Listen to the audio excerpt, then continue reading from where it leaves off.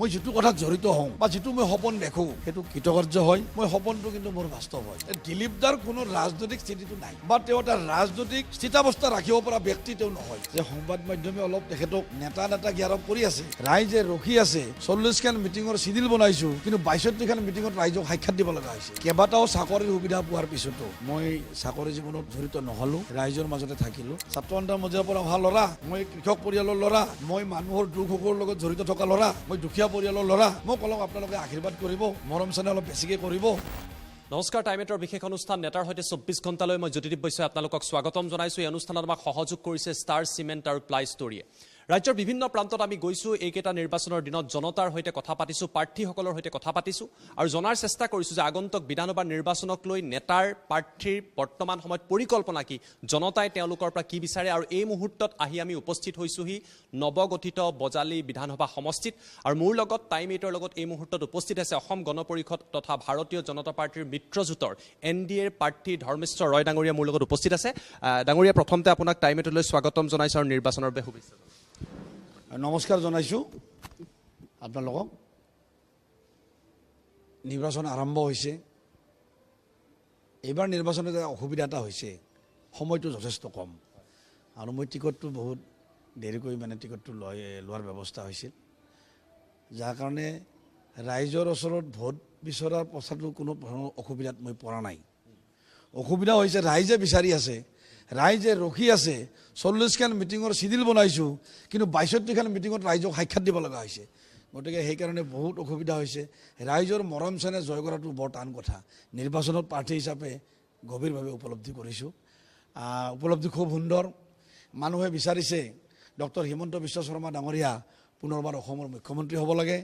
মিত্ৰজোঁটৰ চৰকাৰখনে বহু শক্তি লৈ দিছপুৰৰ মস্তানত বহিব লাগে আৰু খিলঞ্জীয়া অসমীয়া মানুহৰ যিবিলাক সপোন আশা আকাংক্ষা আছে এটা এটাকৈ বাস্তৱত পৰিণত হ'ব লাগে।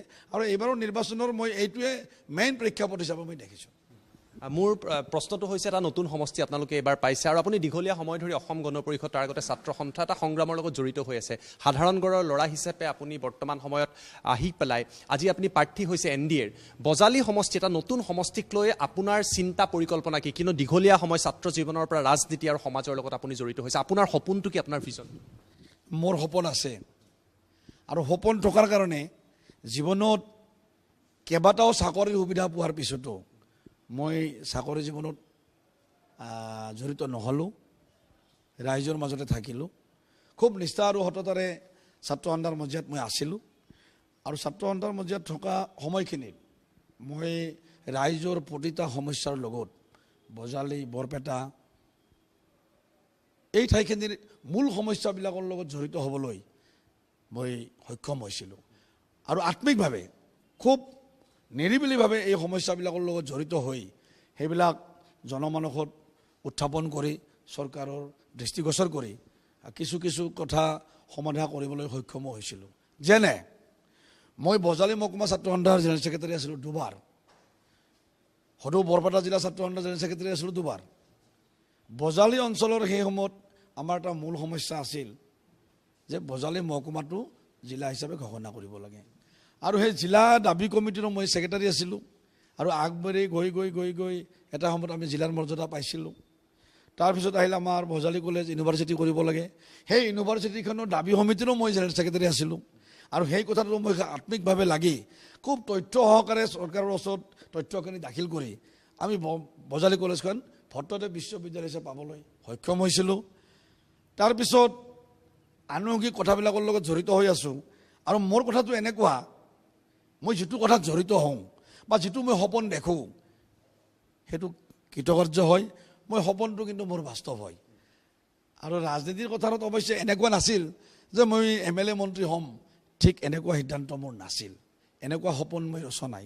কিন্তু এটা সপোন মোৰ আছিল যে ছাত্ৰ সন্থাৰ মজিয়াৰ জৰিয়তে ৰাইজৰ লগত জড়িত হ'লোঁ, জাতীয় জীৱনৰ লগত জড়িত হ'লোঁ। গতিকে জাতীয় জীৱনৰ কাৰণে কাম কৰিব পৰা এটা ৰাজনৈতিক দলে মই বাছি ল'ম আৰু সেই ৰাজনৈতিক দলটোৰ জৰিয়তে মই সেৱা আগবঢ়াই যাম আৰু সেৱা আগবঢ়াই যোৱাতে যদি নিৰ্বাচন খেলিব লাগে খেলিম, MLA হ'ব লাগে হ'ম। কিন্তু এনেকুৱা নাছিল যে মই MLA হোৱাৰ কাৰণে ৰাজনৈতিক দলত যোগদান কৰিছোঁ। মোৰ এইটো ধৰণৰ কোনো ধৰণৰ প্লেন নাছিল, সপোন নাছিল। মোৰ সপোনটো ৰাইজৰ সেৱা কৰা আৰু দলটোৰ জৰিয়তে নিষ্ঠাৰে ৰাইজৰ কাম কৰি যোৱা। মোৰ আন এটা প্ৰশ্ন হ'ল, এইবাৰ বজালী বিধানসভা সমষ্টিত বিৰোধীৰ তৰফৰ পৰা কংগ্ৰেছ, অসম জাতীয় পৰিষদৰ মিত্ৰজোঁটৰ তৰফৰ পৰা দিলীপ বৰুৱাক টিকট প্ৰদান কৰা হৈছে। এই বিৰোধীৰ প্ৰাৰ্থীগৰাকী আপোনাৰ বাবে কিবা ফেক্টৰ হ'বনে? প্ৰতিদ্বন্দ্বিতা কেনেকুৱা হ'ব? কিয়নো যিহেতু আপুনি প্ৰচাৰ চলাই আছে, সমগ্ৰ সমষ্টিটোত গৈছে, পৰিৱেশটো কেনেকুৱা দেখিছে? কিবা ফেক্টৰ বা প্ৰতিদ্বন্দ্বিতা আহিব নেকি আপোনাৰ? প্ৰত্যাহ্বান হ'ব নেকি? এতিয়া এই ক্ষেত্ৰত মই আপোনাক এটা নক'বলগীয়া কথা ক'ব লাগিব, কাৰণ আপোনালোক সংবাদ মাধ্যমৰ লগত জড়িত থাকে। কিছুমান সংবাদ মাধ্যমে আমাৰ দিলীপ দা, মানে মোতকৈ তেওঁ জ্যেষ্ঠ আৰু মোৰ লগত খুব ভাল সম্পৰ্ক, ছাত্ৰ সন্থাৰ মজিয়াত থাকোঁতে আমি কনিষ্ঠ, বহুত মৰম চেনেহ তেখেতে মোক কৰিছিল। কিন্তু ৰাজনৈতিক পথাৰখন অলপ বেলেগ। তেখেতে এটা সময়ত অসম গণ পৰিষদ দলৰ পৰা গুচি গৈ কিবা নিৰ্দলীয় হৈ, তাৰপিছত কিবা কংগ্ৰেছৰ লগত লগ লাগে, এতিয়া তেওঁ অজাপলৈ গৈও কংগ্ৰেছক লগ পালে, কিবা লগ পালে। মই তেখেতৰ এই কথাটো মই একদম আন্তৰিকতাৰে কৈছোঁ আৰু খুব ফ্ৰী ফ্ৰেংক কৈছোঁ, দিলীপ দাৰ কোনো ৰাজনৈতিক স্থিতিটো নাই বা তেওঁ এটা ৰাজনৈতিক স্থিতাৱস্থা ৰাখিব পৰা ব্যক্তি তেওঁ নহয়। গতিকে মই নাভাবোঁ সংবাদ মাধ্যমে, কথাটো মই এইকাৰণে কৈছিলোঁ যে সংবাদ মাধ্যমে অলপ তেখেতক নেতা জ্ঞাৰৱ কৰি আছে। কিন্তু চাওক, তেওঁ কেইবাবাৰো হাৰিছে নিৰ্বাচনত, তেওঁ কিন্তু মোতকৈ বহু মানুহে তেওঁক বেছিকৈ চিনি পায়, কাৰণ মইতো নিৰ্বাচনত খেলি হাৰা নাই। আচলতে নিৰ্বাচনত এবাৰ হাৰিলে নামটো ধুনীয়া প্ৰচাৰ হয়। তেওঁ কেইবাবাৰো হাৰিছে, মই নিৰ্বাচনে খেলা নাই, এইবাৰ প্ৰথম মই নিৰ্বাচনত অৱতীৰ্ণ হৈছোঁ। ছাত্ৰ নেতা হিচাপে সকলোৱে চিনি পায়, ৰাজনৈতিক নেতা হিচাপে দুই এটাই হয়তো কৈছে, আমাৰ আইসকলে, মাতৃসকলে, ধৰ্মেশ্বৰকতো ভোট দিম, নামটো জানো, আমাৰ ল'ৰাটো আমি দেখাই নাই, বহুত আন্তৰিকতাৰে এই কথাটো কৈছে। কিন্তু দিলীপ দা সকলোৱে জানে যে দিলীপ দা নিৰ্বাচন খেলে আৰু দিলীপ দা হাৰে।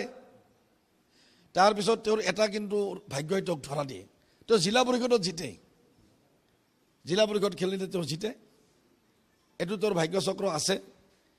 MLA খেলিলে তেওঁ হাৰে। গতিকে তেওঁৰ প্ৰতি মোৰ শ্ৰদ্ধা ভক্তি আছে, মই তেখেতক ৰেচপেক্ট কৰোঁ, সন্মান কৰোঁ। আৰু নিৰ্বাচন সম্পৰ্কত মই বিশেষ কথা তেখেতক ক'বলগীয়া এইকাৰণে হোৱা নাই, বজালী ৰাইজে নিৰ্বাচনটো খেলি আছে। মই য'ত গৈছোঁ কেৱল কৈছে আমি ৰখি আছোঁ আপোনাক 3 ঘণ্টা 4 ঘণ্টা। মই নিৰ্বাচনী কুচকাৰ কৰিব যোৱা নাই, মই ৰাইজক এটা সেৱা জনাইছোঁ মিত্ৰজোঁটৰ ফালৰ পৰা, মিত্ৰজোঁটক আশীৰ্বাদ দিবলৈ অনুৰোধ জনাইছোঁ।